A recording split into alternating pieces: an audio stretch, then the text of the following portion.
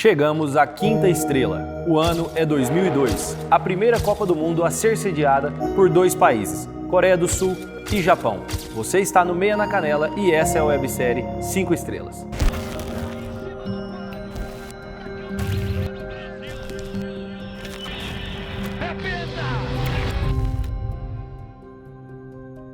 Após a final de 98, em que éramos favoritos e perdemos para a seleção da França, Luxemburgo assumiu a seleção brasileira. Em 99, ele venceu a Copa América, mas no mesmo ano teve um fracasso na Copa das Confederações.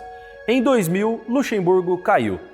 Após um mau desempenho nas Olimpíadas de Sydney, o ex-goleiro Emerson Leão então assume a seleção brasileira. Foi uma trajetória curta e caiu após ser eliminado com uma má campanha na Copa das Confederações. Ainda em 2001, Luiz Felipe Scolari assume a seleção brasileira. Ele chega e classifica a nossa seleção na última rodada em um jogo em São Luís, onde venceu a Venezuela por 3-0, com 2 gols de Luizão e um gol de Rivaldo.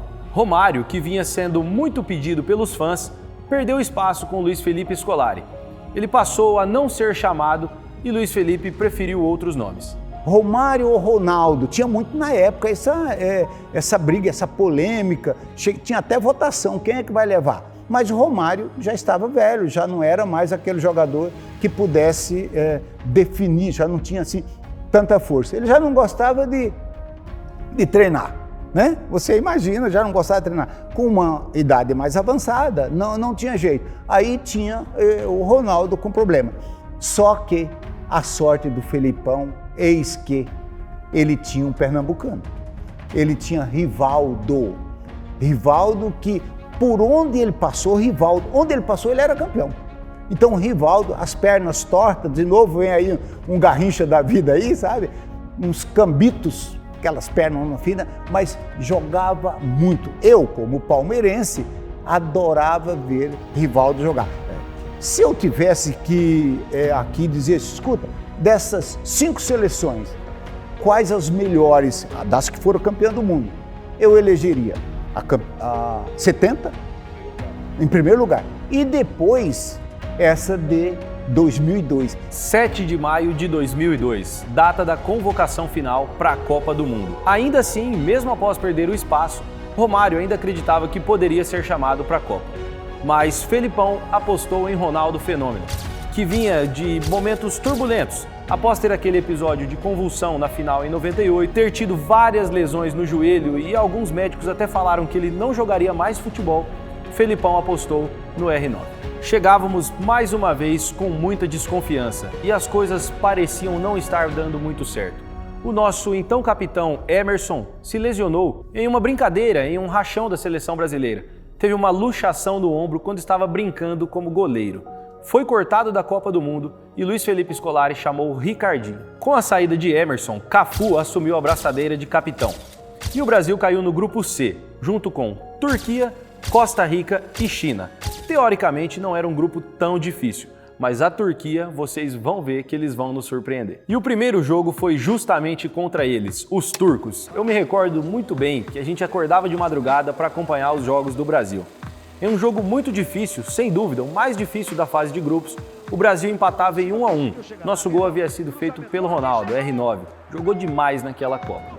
Até que no segundo tempo, reta final do jogo, o Luizão sofreu um pênalti.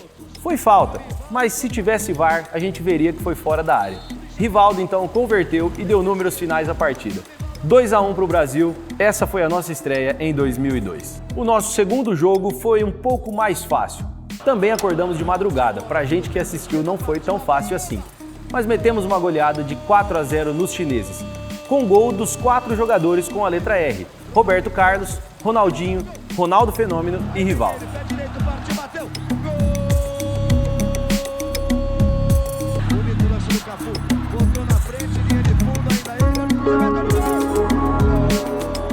Uma bela vitória para já sairmos classificados para as oitavas de final. Já classificados para a fase de mata-mata, o último jogo foi contra a Costa Rica.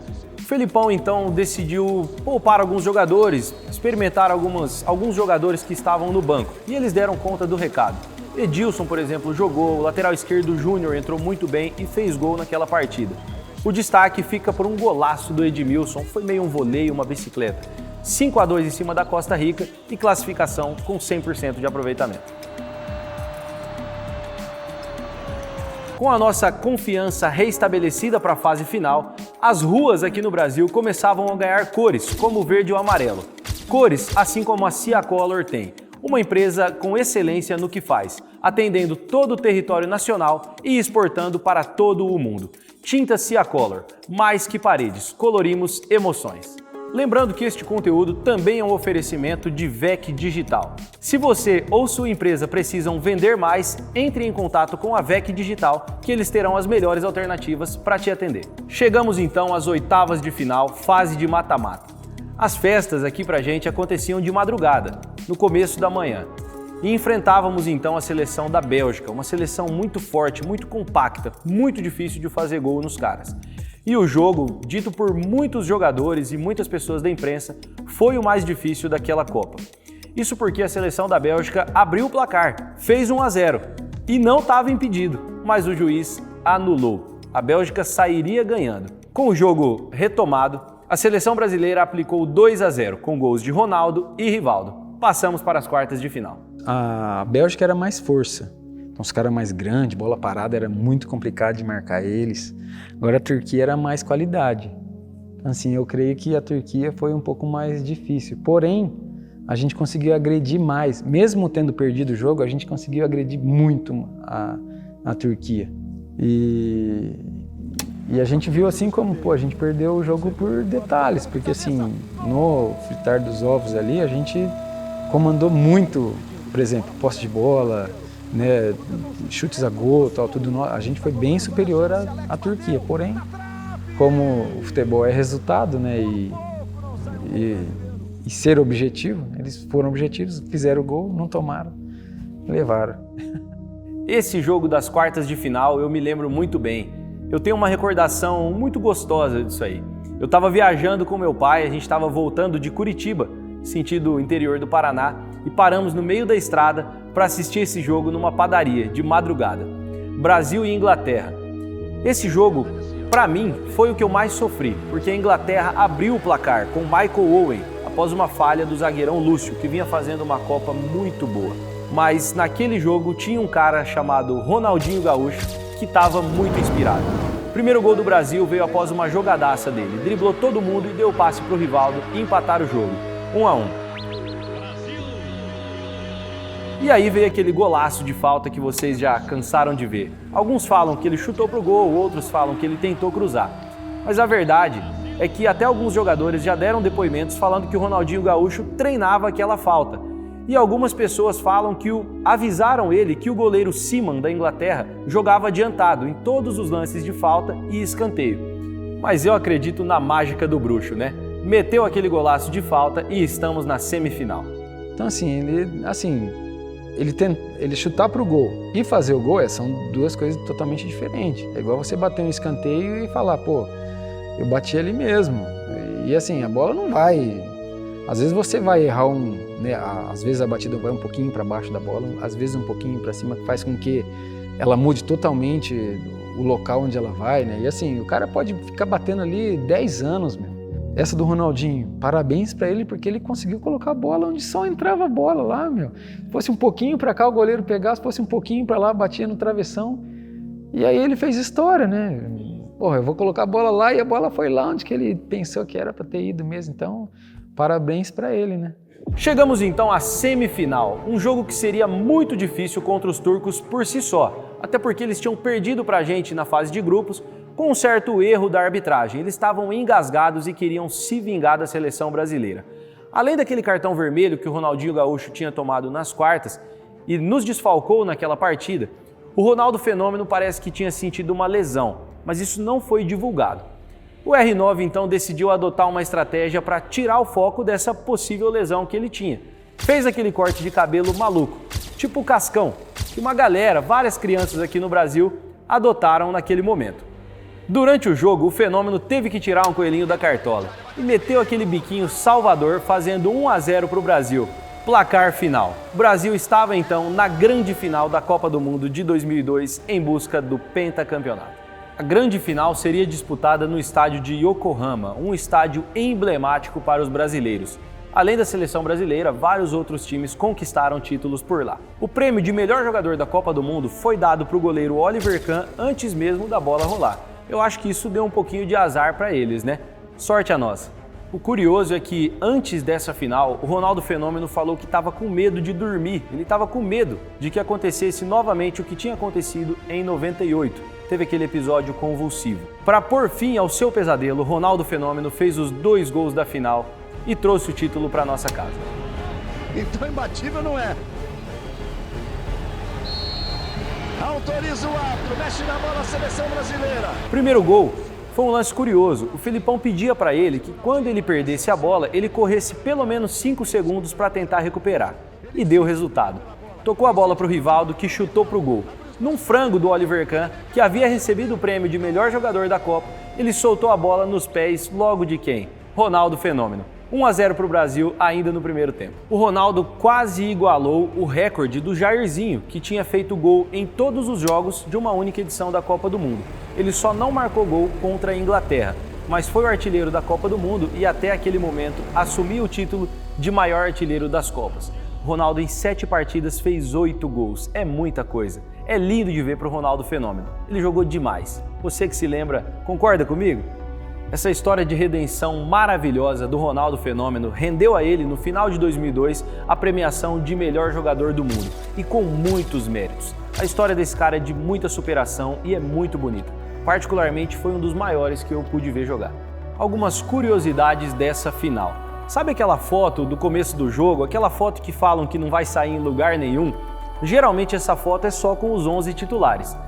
Nesse momento da final, o Vampeta, um cara muito resenha, chamou todos os jogadores para participar dessa foto. Ele puxou a fila e todo mundo veio atrás. Ficou então eternizada aquela foto com os 23 convocados da família Scolari. Uma outra curiosidade é sobre o momento de levantar a taça, o momento de glória máxima, onde o Cafu teve esse privilégio.